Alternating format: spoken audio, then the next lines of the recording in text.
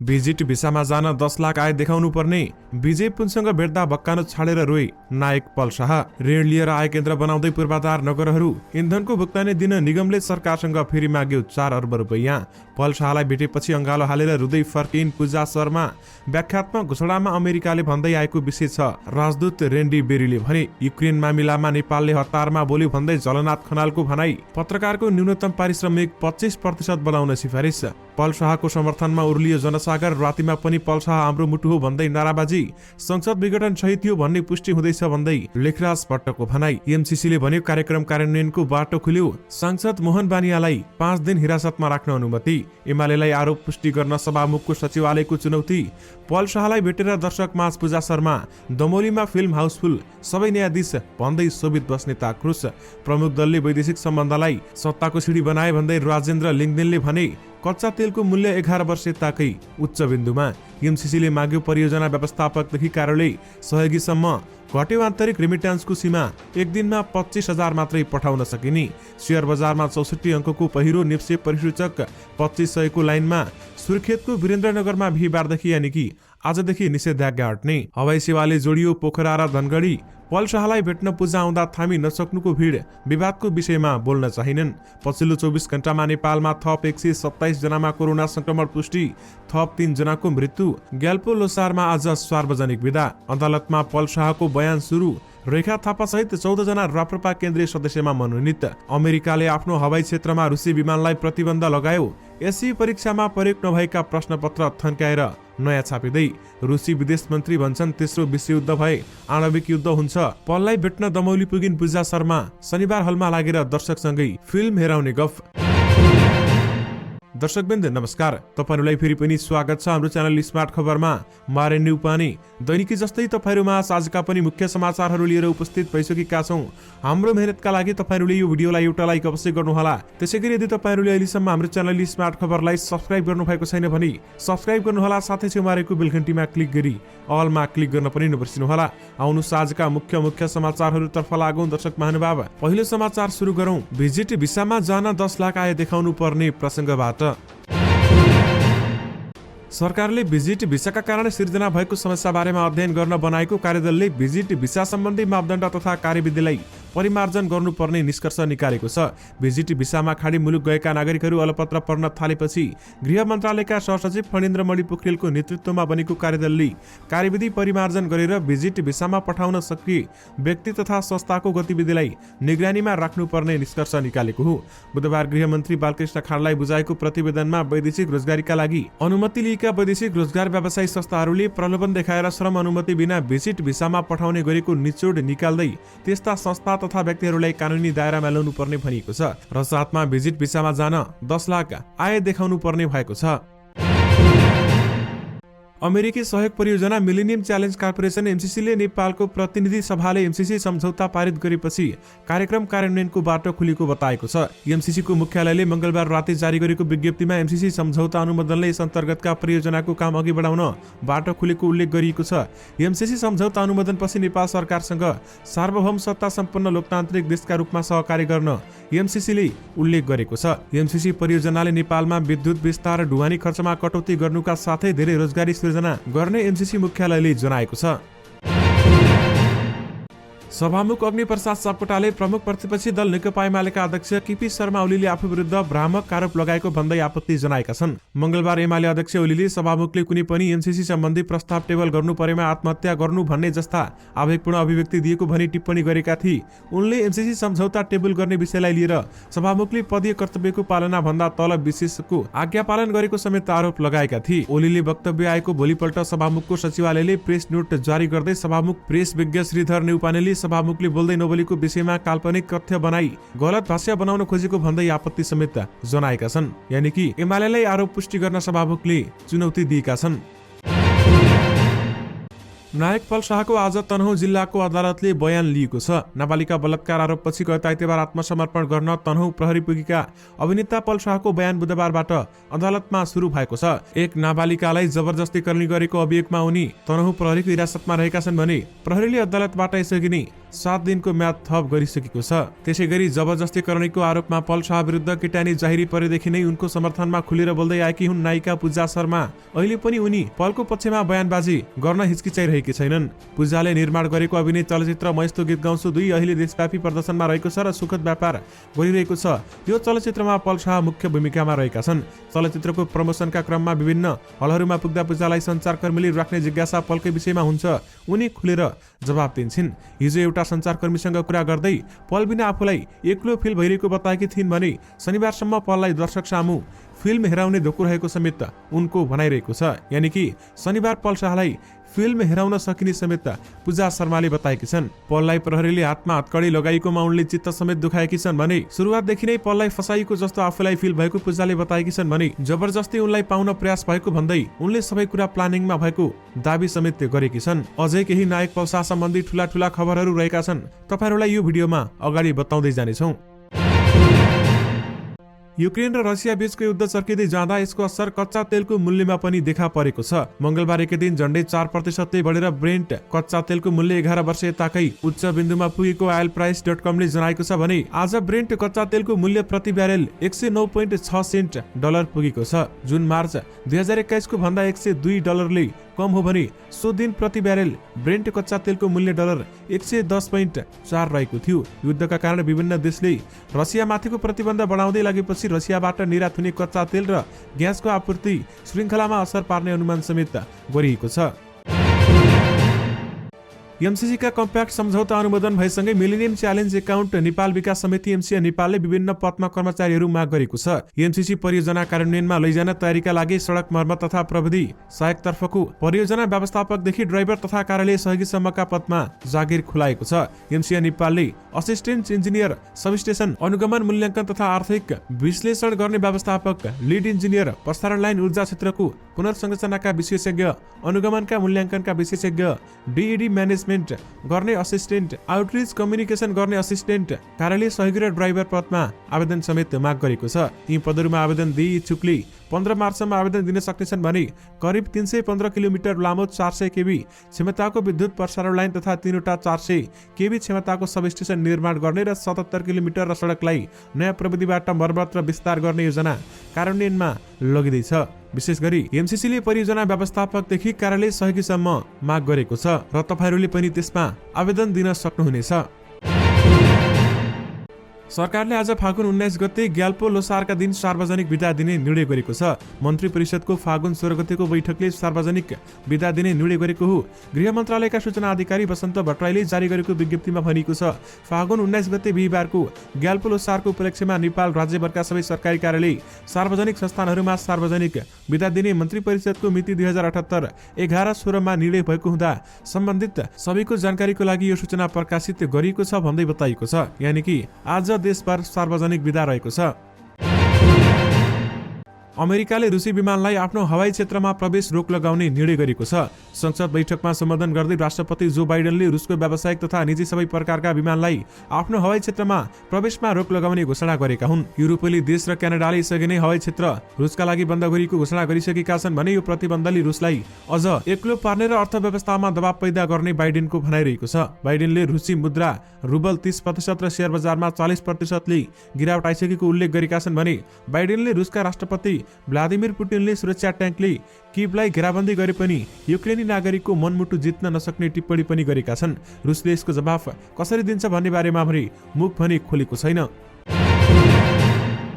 राष्ट्रिय परीक्षा बोर्डले यस वर्षको माध्यमिक शिक्षा परीक्षा एसई को नयाँ प्रश्नपत्र आगामी शुक्रबारबाट छाप्ने भएको छ। बोर्डले अघिल्लो वर्षको प्रश्नपत्र पुनः प्रयोग गर्ने कि नयाँ छाप्ने भन्ने विषयको लामो अन्यलता टुङ्गाएर नयाँ छाप्ने भन्ने निर्णय गरेको हो भने प्रश्नपत्र छपाई गर्ने जिम्मा सरकारी स्वामित्वको जनक शिक्षा सामग्री केन्द्र लिमिटेडले पाएको छ भने लिमिटेडका सूचना अधिकारी चित्रकुमार आचार्यले फागुन 20 गतेबाट प्रश्नपत्र छाप्ने जानकारी समेत दिएका छन्। उनका अनुसार सबै विषयका गरी 55 लाख प्रति प्रश्नपत्र छापिनेछ। कडा सुरक्षाको बीचमा प्रश्नपत्र छापिनेछ भन्दै बताइएको छ। विशेष गरी प्रयोग नभएका प्रश्नपत्र थन्काएर एसई परीक्षामा नयाँ छापिने भएको छ। दर्शक महानुभाव, विजय पुनसँग भेट्दा भक्कानो छाडेर नायक पल शाह रहेका छन्। तपाईहरुले साँचो सुन्नुभयो। विजय पुन हिजो नायक पल शाहलाई भेट्न हिरासतमा पुगेका थिए। विजय पुनसँग अंगालो हाल्दै नायक पल शाह भक्कानो छाडेर रोएको बताइएको छ। विजय पुन हिजो पल शाहलाई भेट्न हिरासत भित्र गएका थिए र उनले केही कुराकानी गरे। स्वास्थ्य अवस्था बारेमा पनि उनले सोधेका थिए र स्वास्थ्य अवस्था भने पल शाहले आफ्नो राम्रै भएको समेत बताएको उहाँले बताउनु भएको छ। त्यसैगरी नायिका पूजा शर्माले पनि नायक पल शाहलाई भेटेकी छन्। अहिले भइरहेको विवादका बारेमा भने उनले केही बोल्न चाहिनन् र पललाई भेटेपछि पूजा शर्माले अंगालो हालेर रुँदै फर्किएकी थिइन्। पूजा शर्मा केही भावुक पनि देखिन्थिन्। त्यसैगरी नायक पल शाहको समर्थनमा जनसागर उर्लिएको छ।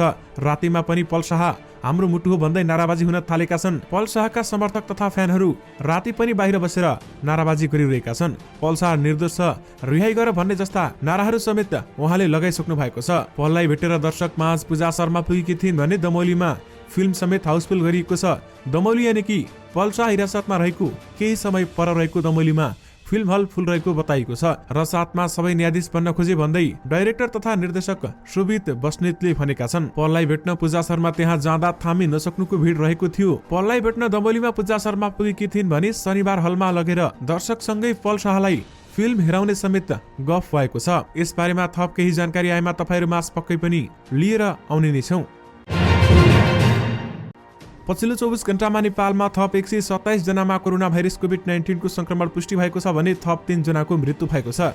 स्वास्थ्य तथा जनसंख्या मन्त्रालयका अनुसार 4672 जनाको पीसीआर परीक्षण गर्दा 123 जना र 2202 जनाको एन्टिजन परीक्षण गर्दा 4 जना गरी 123 जनामा कोरोना संक्रमण पुष्टि भएको हो। पछिल्लो 24 घण्टामा 321 जनामा कोरोना संक्रमण मुक्त भएका छन् भने 7770 जना सक्रिय संक्रमित रहेका छन्, जसमध्ये 7580 जना होम आइसोलेसनमा रहेका छन् भने 190 जना संस्थागत आइसोलेसनमा रहेका छन्।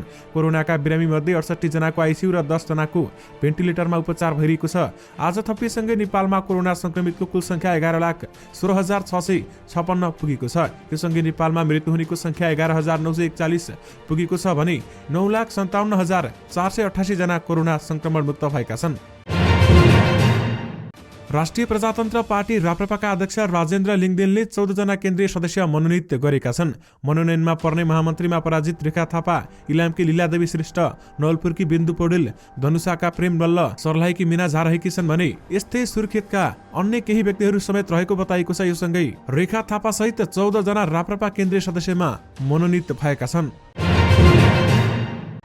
नेपाल आयल निगमले भारतीय आयल कर्पोरेसन आईओसीलाई पेट्रोलियम पदार्थ खरिदको भुक्तानी दिन सरकारसँग पुनः रकम माग गरेको छ। पेट्रोलियम खरिदको भुक्तानी गर्न रकम नपुगेपछि मूल्य स्थिरीकरण कोषबाट रकम जुटाई दिन मन्त्रालयलाई पत्राचार गरिएको निगमले जनाएको छ भने निगमले 1 महिनाको अवधिमा दोस्रो पटक थप रकम माग गरेको हो। अपुग 4 अर्ब रुपियाँ माग गरेर मन्त्रालयलाई पत्राचार गरिएको निगमका निमित्त कार्यकारी निर्देशक सुशील भट्टराईले बताउनु भएको छ भने आगामी 24 फागुनमा आईओसीलाई बुझाउनु पर्ने इन्धन खरिदको 25 अर्ब रुपियाँको जोहो गर्न रकम अभाव भएपछि 4 अर्ब रुपियाँ रकम जुटाइदिन निगमले सरकारसँग माग समेत गरेको छ।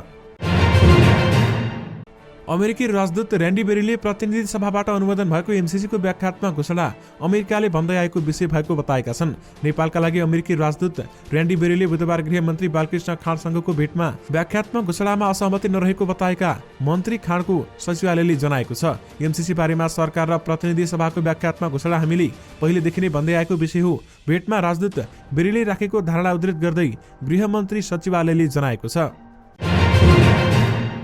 पूर्व प्रधानमन्त्री झलनाथ खनालले रुस र युक्रेन बीचको युद्धमा नेपालले हतारमा प्रतिक्रिया दिएको टिप्पणी गरेका छन्। दुई छिमेकी भारत र चीन तटस्थ बस्दा नेपालले हतारमा बोलेको उनको भनाइरहेको छ भने परराष्ट्र मन्त्रालयले 12 फागुनमा एक विज्ञप्ति जारी गरी सार्वभौम मुलुकमाथि बल प्रयोग गर्नु गलत भएको बताएको थियो। बुधबार विराटनगरमा आयोजित एक कार्यक्रममा नेकपा एकीकृत समाजवादीका नेता झलनाथ खनालले सोही विषयमा टिप्पणी गर्दै नेपालले असंलग्न परराष्ट्र नीति लिएकाले हतारमा बोल्न नहुने समेत बताएका हुन्। यानि कि युक्रेन मामिलामा नेपालले हतारमा बोल्यो भन्दै झलनाथ खनालले बताउनु भएको छ।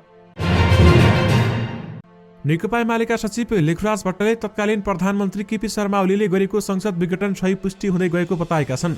बुधबार प्रेस चौतारी कैलालीले धनगढीमा गरेको कार्यक्रममा उनले सरकार, संसद र अदालतको गतिविधि हेर्दा ताजा जनादेशमा जाने निर्णय सही देखिएको बताएका छन्। मुलुक ताजा जनादेशमा जाने कुरा सही थियो भनेर अदालतभित्र देखिएका समस्या गठबन्धन सरकार र प्रतिनिधि सभामा देखेका गतिविधिले पुष्टि गर्दै लगेको छ भन्दै भट्टले भनेका छन्। सभामुखले पार्टीको कार्यकर्ताको भूमिका खेल्दा व्यवस्थापिका पनि कोमामा पुगेको छ र कार्यपालिका र न्यायपालिकाको हालत पनि उस्तै छ भन्दै उहाँले बताउनु भएको छ। यानि कि संसद विघटन सही थियो भन्ने पुष्टि हुँदैछ भन्दै लेखराज भट्टले भनेका छन्। नेकपा एमालेबाट निर्वाचित मुगुका सांसद मोहन बानियालाई 5 दिन हिरासतमा राख्न अदालतले अनुमति दिएको छ। जबरजस्ती करणी सम्बन्धी कोसुरमा अनुसन्धानका लागि उनलाई हिरासतमा राख्न जिल्ला अदालत बाँकीले अनुमति दिएको छ भने जिल्ला प्रहरी कार्यालय बाँकीका डीएसपी मधुसूदन न्यौपानेले अदालतबाट प्राप्त समयमा थप अनुसन्धान र बनिएको बयान प्रक्रिया फालिने हामीलाई बताउनु भएको छ। बानियाले बलात्कार गरेको भन्दै 40 वर्षीय पीडित महिलाले 27 माघमा जिल्ला प्रहरी कार्यालयमा उजुरी दिएकी थिइन् भने त्यसको आधारमा प्रहरीले 16 फागुनमा उनलाई पक्राउ समेत गरेको थियो। यानि कि सांसद मोहन बानियालाई 5 दिन हिरासतमा राख्न अनुमति दिएको छ। राष्ट्रिय प्रजातन्त्र पार्टी राप्रपाका अध्यक्ष राजेन्द्र लिङ्गदेनले प्रमुख राजनैतिक दलहरूले नै वैदेशिक सम्बन्धलाई सत्तारूढको सिडी बनाएको कारण वैदेशिक सम्बन्ध खलबलिन लागेको बताएका छन्। बुधबार राष्ट्रिय प्रजातन्त्र पार्टी केन्द्रीय कार्यालय समितिको बैठकलाई सम्बोधन गर्दै अध्यक्ष राजेन्द्र लिङ्गदेनले प्रमुख राजनैतिक दलहरूले वैदेशिक सम्बन्धलाई सत्तारूढ गर्ने सिडीको रूपमा प्रयोग गरेका कारण वैदेशिक सम्बन्ध खलबलिन पुगेको समेत बताएका छन्। प्रमुख राजनैतिक दलहरूकै कारण नेपालमा शक्ति राष्ट्रहरूको रणनीतिक प्रतिस्पर्धा स्थलको रूपमा परिणत भएको उनले बताएका छन्। उनले दलहरूको सत्ता केन्द्रित क्रियाकलापका कारण देश गम्भीर संकटतर्फ उन्मुख भएको समेत बताउनु भएको छ।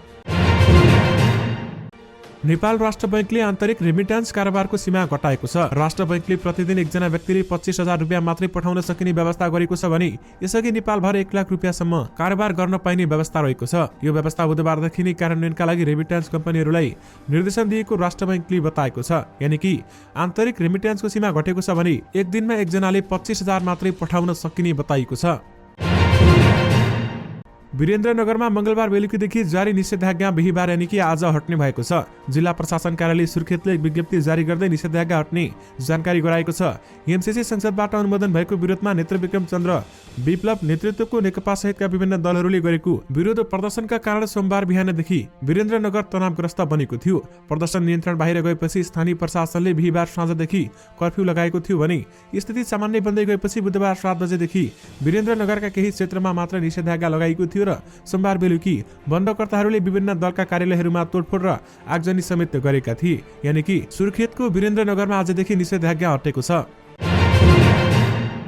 पर्यटकीय नगरी पोखरा र सुदूरपश्चिम प्रदेशको अस्थायी राजधानी धनगढी हवाई सेवा मार्फत जोडिएका छन्। बुध एयरले बुधबारदेखि गण्डकी प्रदेशको पोखरा र सुदूरपश्चिमको धनगढीसम्म हप्ताको 3 दिन हवाई सेवा सञ्चालन गर्ने भएको छ भने स्थलमार्ग हुँदै पोखरादेखि धनगढी पुग्न 24 घण्टा भन्दा बढी समय लाग्छ र हवाई मार्गबाट भने 55 मिनेटमै पुग्न सकिन्छ। Nepal tour and travel agency NATA गण्डकीको अगुवाईमा पहिलो उडानमा पोखरादेखि नै धनगढीसम्म जान लागेका पर्यटकहरूलाई गण्डकी प्रदेशका पर्यटन मन्त्री मणिभद्र शर्माले बिदाई गरेका छन्। कोरोना महामारीपछि पर्यटन क्षेत्रमा लयमा फर्किन लागेको बेला पोखरा र धनगढीको हवाई सम्बन्धले व्यवसायीहरूलाई राहत पुग्ने मन्त्री शर्माले बताउनु भएको छ।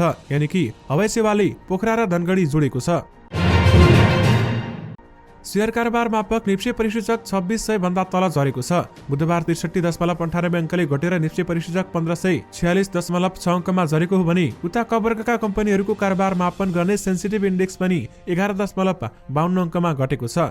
निफ्टी परिसूचकमा उच्च अङ्कको गिरावट आउँदा कारोबार रकममा पनि उल्लास देखिएको छैन भने बुधबार 55,212 कारोबारबाट 228 कम्पनीका 76,52,204 धितोपत्र कारोबार भएका छन् भने जसबाट बुधबार रकम 3,62,43,979 रुपियाँमा रोकिएको समेत बताइएको छ। दर्शक महानुभाव यससँगै तपाईहरुमा आजका सबै मुख्य समाचारहरू राखिसकेका छौं। फेरि पनि तपाईहरुमा नयाँ रिपोर्टहरूको साथमा उपस्थित हुने नै छौं। अहिलेलाई भने मलाई बिदा दिनुस्। नमस्कार।